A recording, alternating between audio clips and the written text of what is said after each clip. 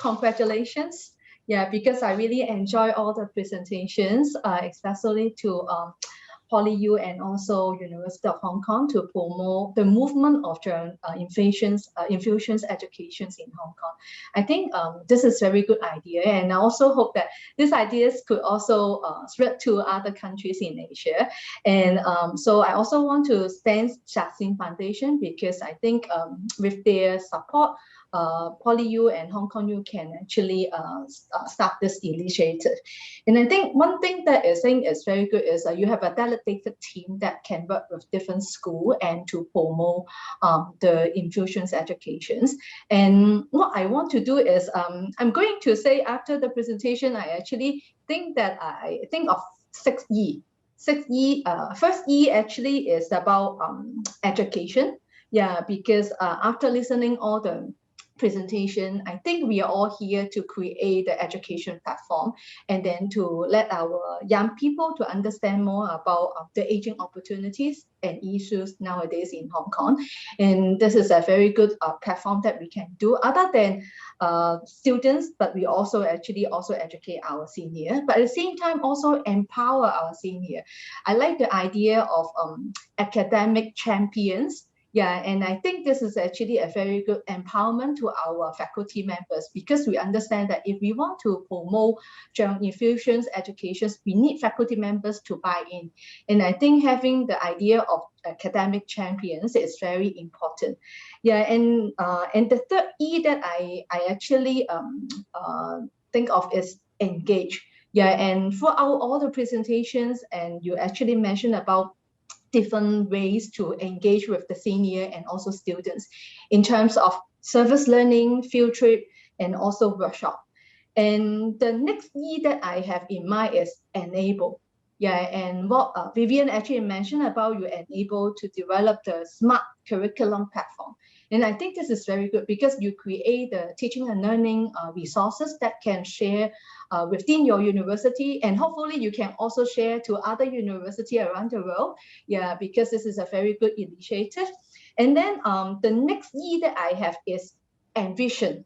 Yeah, envision is actually what we are now doing is not just for the educations nowadays. We are actually thinking of the future of aged care. Yeah, that's the reason why we are all here as the educators to think of how we can incorporate active aging element or even gerontology elements into different curriculum. And the idea of having a minor in Hong Kong U, I think is very good too, because you have tried to institutionalize these ideas into the whole curriculum, which is what SUSS is trying to do also. And so the last E that I have is ecosystem. I think, if we want to promote the infusions educations, it's not just about one university or one department to do it. But what we are now doing, what I see from all the presentation and also from the beginning, what Daniel presenting the conceptual framework of the idea of this importance of Geron-Infusion educations, the ecosystem is somehow very important as a foundation for us to actually work with different stakeholders, work with multi-generational people, and also work with multidisciplinary. And at the end, what we want to do is to build a better society for all ages. Yeah, and I think one thing that I'm sure that both Hong Kong U and also PolyU also have in mind, because I know that Hong Kong has been promoting elder academy, and I also understand that two universities also have service learning, experiential learning. Yeah, I'm sure that, we can leverage all the resources from different units together. Yeah, and then to better promote the Geron-Infusion educations. And another E, this is the seventh one that I hope we can do is to embrace the aging process together and work with each other to promote active aging. Yeah, thank you, Cher. Thank you very much, Carol, for standing as the 7 E's for us as a gift, and we'll remember it, and we'll try to practice and find ways to sustain the impact of our projects. Okay, so now how about I welcome Dr. Wei Yang. Dr. Yang is an assistant professor in global health, director of Institute of Gerontology at King's College London. She's a health economist with an interest in health and long-term care research. And Dr. Yang has published widely in high-impact journals, and also she's a member of the editorial board of Global Health Research and Policy. And she has taught modules on aging, global health, as well as research methods at both undergraduate and postgraduate levels. And she holds the Future Research Leader Award of Economics and Social Research Council of the UK. Without further ado, Dr. Yang, please. Thank you so much, Dr. Bai. First, I would like to thank University of Hong Kong to invite me to participate in this conference on Geron-Infusion Education. I think I have learned a lot really through the whole presentation, both from the academics, the students, and also the general public. I think it's a really, really good initiative and very important, timely initiative, not just for the developed country, high-income country, but also for the developing country, because we know that aging has become a problem or have becoming a sort of phenomenon in low and middle-income countries as well. I actually found lots of similarities between the sort of structure and experience that you have shared in this conference compared to the one that we are implementing at King's College London. So I think what I'm going to do is perhaps I'm going to introduce a little bit about what we are doing at King's College London, especially within our department, within our institute. So I really agree with the idea that Geron-Infusion education should be placed both within the classroom and also outside classroom. And I think Daniel and also Dr. Baishia have mentioned that how you are doing this under this initiative. So for Institute of Gerontology and for our department, we have basically embedded the aging and long-term care or gerontology elements in our undergraduate education, postgraduate education, and also the PhD education as well. So in terms of undergraduate education, our sort of flagship undergraduate degree, Global Health and Social Medicine, we have a very specific pathway which is focusing on aging. So about 1/3 of the students will choose to take this pathway, which they will have a few optional modules they can choose on aging and long-term care and gerontology, which is a really good sort of addition to the main global health element, which is the main element of their degree. And even within the classroom, for the general global health degree, we have embedded aging in lots of modules, such as global health introduction modules, social medicine introduction module. We all have 1 or 2 lectures focusing particularly on aging and gerontology. So the students, to get students start thinking about aging topic, even if they are not doing, a whole aging degree. So for the master's degree, we have for the aging or aging and society sort of program. We have actually 3 pathways for the masters. So we have gerontology pathways, we have aging and society pathway, and we have public policy and aging pathways. So depending on which pathway you choose, you have different modules and different sort of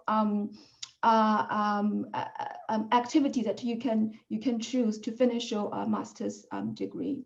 And we have a very big gerontology PhD. Every year, I would say 1/3 of the PhD students from the department, they are going to come to the Institute of Gerontology to do a gerontology PhD.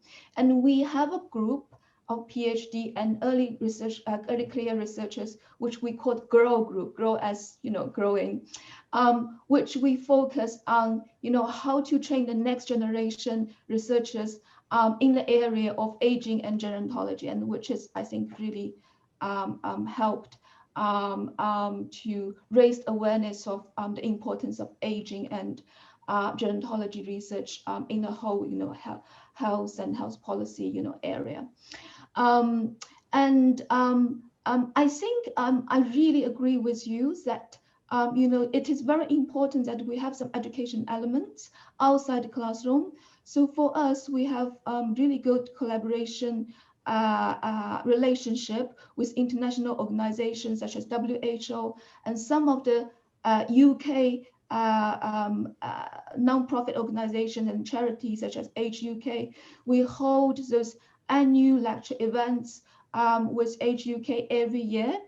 So we invite experts from all over the world to deliver presentations and deliver talks, and we invite our undergraduate students, postgraduate students, and also our PhD students to join. So to give you an example, previously we have invited the Bishop of London to give a lecture on spirituality and aging, which is very innovative topic, which will attract lots of students and general public audience as well. Actually, I'm quite impressed with Samsung's presentation when he talked about the perceptions of old people from the young people, and he showed a couple of pictures of the setting suns, the evening sunshine, and this is how people think about old people. So I think it's very important to sort of engage the society and engage general public sort of, we cannot always portray the old people as a burden or as an issue, because even when we write the paper or when we deliver talk, we say, oh, the aging population has become a challenge, become an issue. But I think aging is a very natural process, and we shouldn't really portray the old people as a burden to the society, as a challenge to the welfare structure or to the health and long-term care system. So I think it is very important, especially for the young people, to understand that old people, especially nowadays, given the growing number of old people, old generation in our society, we should really sort of change our perception to them and think about aging as a natural process. And our society, our economy, and our sort of welfare system and healthcare system, long-term care system should adapt to this demographic change and to this age structure change, rather than portray old people as a burden of the society. So I think, yes, I really enjoyed the presentations. Thanks very much, Dr. Yang, for your valuable sharing from the experience on gerontology education in your institute. And also, I like your saying we should learn to embrace and enjoy the process of aging instead of looking at it as a burden and as a negative thing. Thanks very much. And now may I invite our third guest, Dr. Hong Mei Tong. Dr. Hong Mei Tong is an assistant professor of the School of Social Work, McEwen University, Canada. And Dr. Tong scholarly goals to promote and facilitate healthy and active aging and to create inclusive and friendly communities for older Canadians. And Dr. Tong's teaching focuses on developing positive attitude and a sense of social justice among students, as well as anti-oppressive knowledge and critical thinking skills necessary for them to effectively address social issues. And she has rich experience using intergenerational approach in her teaching. Without further ado, Dr. Tong, please. First of all, I would like to thank you for all the wonderful and the fantastic workshop presentations. Actually, I learned a lot, as the other panelists said.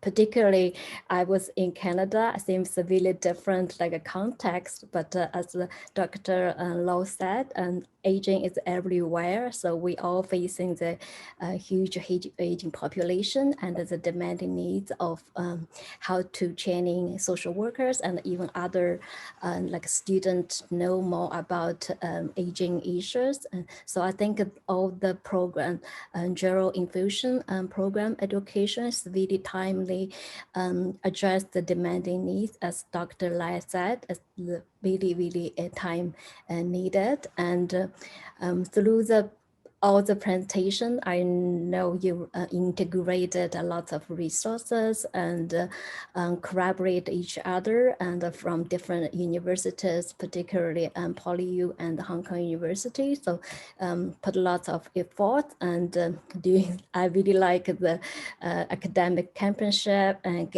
camping, and also lots of great programs and videos and also the images, so we can sense and how much effort and commitment you already put it through this for this project. And also you have great evidence like a based integrated and to present how effective of this like a infusion model.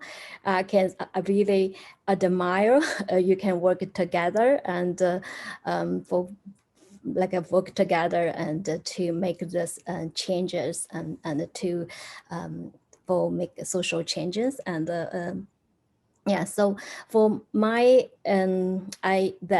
the university I'm working is quite like a small and a local university, so we don't have like a master program or PhD program, so we only provide an education for bachelor and also some diploma programs. So like a social worker, we have diploma and bachelor program. So I teach in the past 5 years, I teach and I taught a gerontology course for, so I always changing. And for my philosophy, I really want to connect students with the communities and also the older adults. So I created the assignments, try to connect it like a life history and also digital storytelling, and also build up the community and through inviting the older adults to share their experiences on like advocacy for some important issues like LGBTQ communities and also like a policy advocacy. Yeah, so the students' reflection is really interesting, and so this is course like an elective course. They never thought they want enter this field for future for like a social worker practice. However, after they finish this course, they said, oh, their interest in this field has been increased, and also their confidence of like doing needs assessment and also like resources to older adults are increased. Yeah, so I know social workers, we have to learn in this field, but I think about like how we can like work with other like disciplines and to make young like students to understand more about aging issues. I have been thinking about this, but I never tried. I think it's no way like to do by myself. And for this panel discussion, I check the like a quick check any information around like general infusion education in Canada. Unfortunately, I didn't find anything.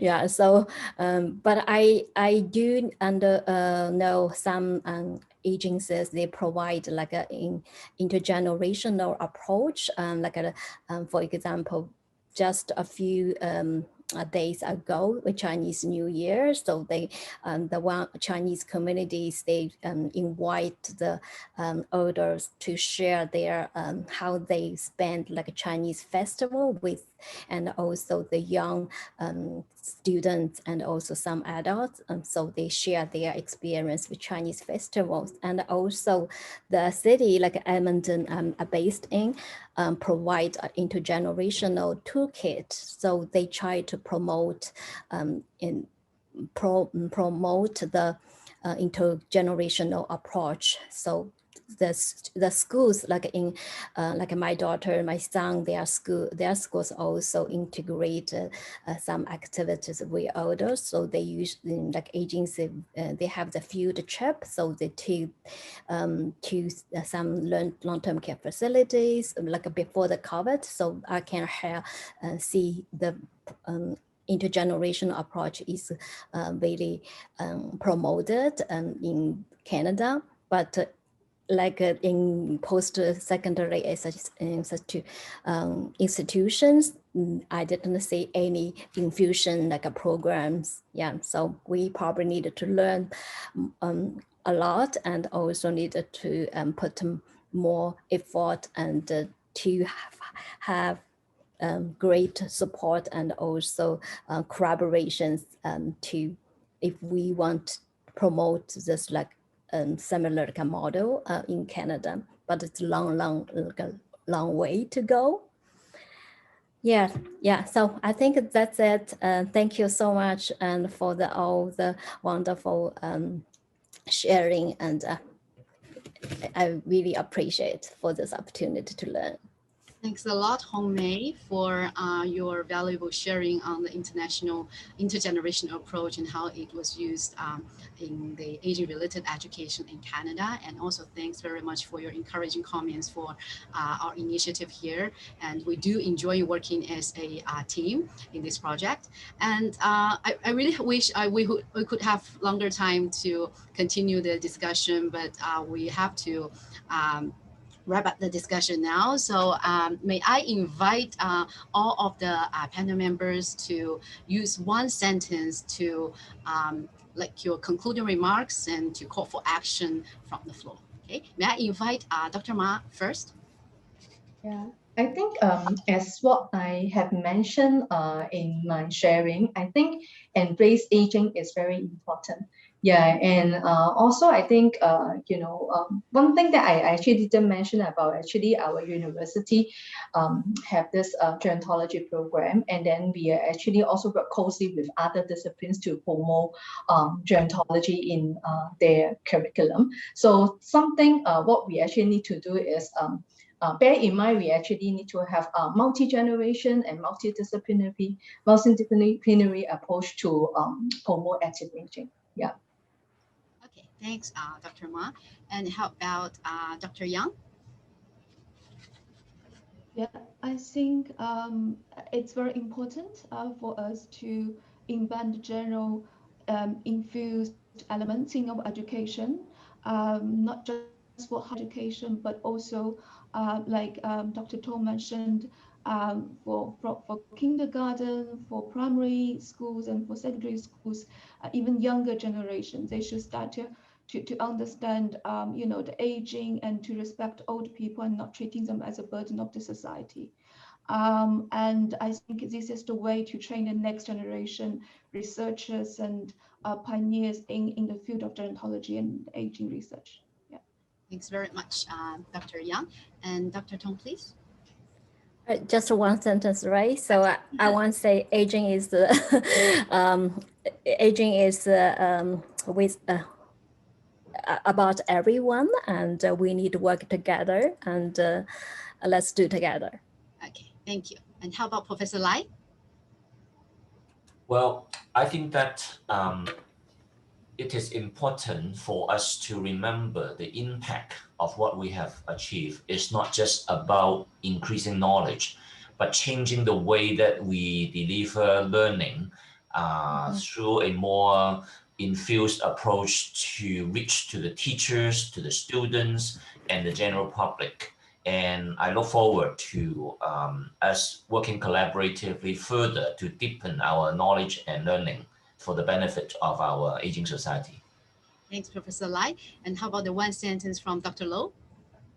Yeah, I totally agree with all of you. And I wish to pledge that each one of us, we are full of talents and responsibilities. If we join hand, we will bring greater impacts on aging infusion education and eventually to benefit for all ages in our society.